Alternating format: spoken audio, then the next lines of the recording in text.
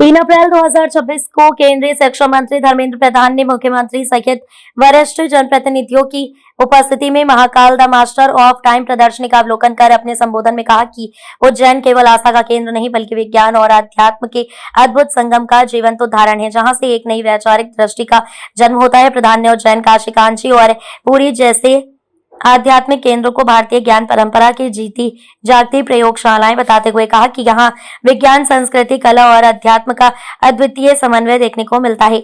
उन्होंने महाकाल मंदिर की परंपराओं का उल्लेख करते हुए कहा कि वैशाख मास में भगवान शिव पर निरंतर जलधारा प्रवाहित करना केवल धार्मिक आस्था नहीं बल्कि पर्यावरणीय संतुलन और ग्रीष्मकालीन प्रबंधन का वैज्ञानिक उपाय है। उन्होंने राष्ट्रीय शिक्षा नीति 2020 का उल्लेख करते हुए शिक्षा में सृजनशीलता, क्रिटिकल थिंकिंग और एआई आधारित शिक्षण को बढ़ावा देने पर बल दिया गया। साथ ही मातृभाषा में शिक्षा को सशक्त करने की दिशा में हो रहे प्रयासों को भी रेखांकित किया। केंद्रीय मंत्री ने उज्जैन की ऐतिहासिक वैज्ञानिक विरासत को रेखांकित करते हुए ग्रीनविच मीन टाइम के स्थान पर महाकाल स्टैंडर्ड टाइम की स्थापना का विचार रखा। Mahakal the master of time, इस विषय में आज की इस अंतर्राष्ट्रीय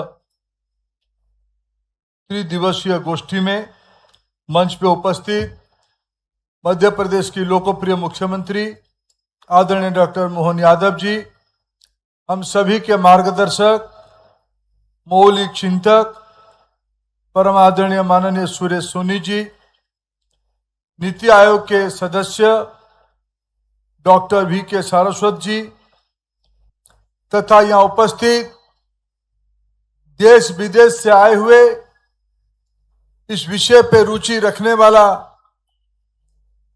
बौद्धिक जगत से जुड़े सभी महानुभाव और आज के कार्यक्रम में उपस्थित अन्य अतिथिगण, पत्रकार मित्रगण,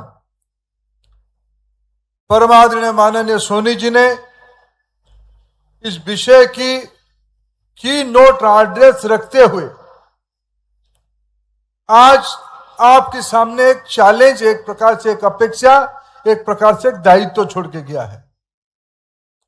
हम सब लोग एक सभ्यता की नगरी उज्जैन अवंतिका में उपस्थित है। भारत में जितने आज के समय में हम आध्यात्म स्थली या मंदिर या परंपरा के स्थान दिखते हैं, आज के समय में अमूमन हम उसको एक धार्मिक दृष्टि से दिखते हैं। आस्था, परंपरा और पूजा की विश्वास हम उस स्थानों में जाते हैं। मित्रों, गहराई से अगर उस सभी स्थानों का हम अध्ययन करते हैं, उनके इतिहास को पढ़ते हैं, इनकी सभ्यतागत चरित्र को समीक्षा करते हैं, ये सभी केंद्र उज्जैन हो, काशी हो, कांची हो या पुरी धाम हो, ये सब भारतीय ज्ञान परंपरा आधारित एक जीता जागता प्रयोगशाला है, जिसमें विज्ञान, कला, संस्कृति, साहित्य, आध्यात्मिकता, विज्ञान आध्यात्मिकता के बिना अधूरा है, इनकम्प्लीट है। महाकाल जहां विराज करते हैं, उज्जैन हमारी भारतीय परंपरा का एक अद्वितीय स्थान है, जिसकी एक वैज्ञानिक और सांस्कृतिक पृष्ठभूमि है। हम सदियों से वसुधैव कुटुंबकम की विश्वासी रहे हैं। भारत की ज्ञान परंपरा आज विश्व भर पर्यावरण को लेकर चिंतित है। सस्टेनेबल इकोनॉमी एक नया ऑर्डर बन रहा है। भारत की ज्ञान परंपरा में, जीवन प्रवाह में पर्यावरण के संतुलन, पर्यावरण प्रति उत्तरदायित्व, पर्यावरण आधारित एक संतुलित जीवन प्रवाह, आफ्टर ऑल आखिरी ये सारा विषय के केंद्र में मनुष्य है।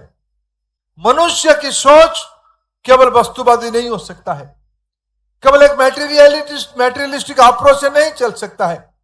उसकी मैटेरियलिस्टिक रिक्वायरमेंट अगर एक आध्यात्मिकता से जुड़ती है तो एक बैलेंस लाइफस्टाइल की ओर जाता है। यही विज्ञान और आध्यात्मिकता के सामूहिक प्रायोजन की एक प्रक्रिया हमको देखने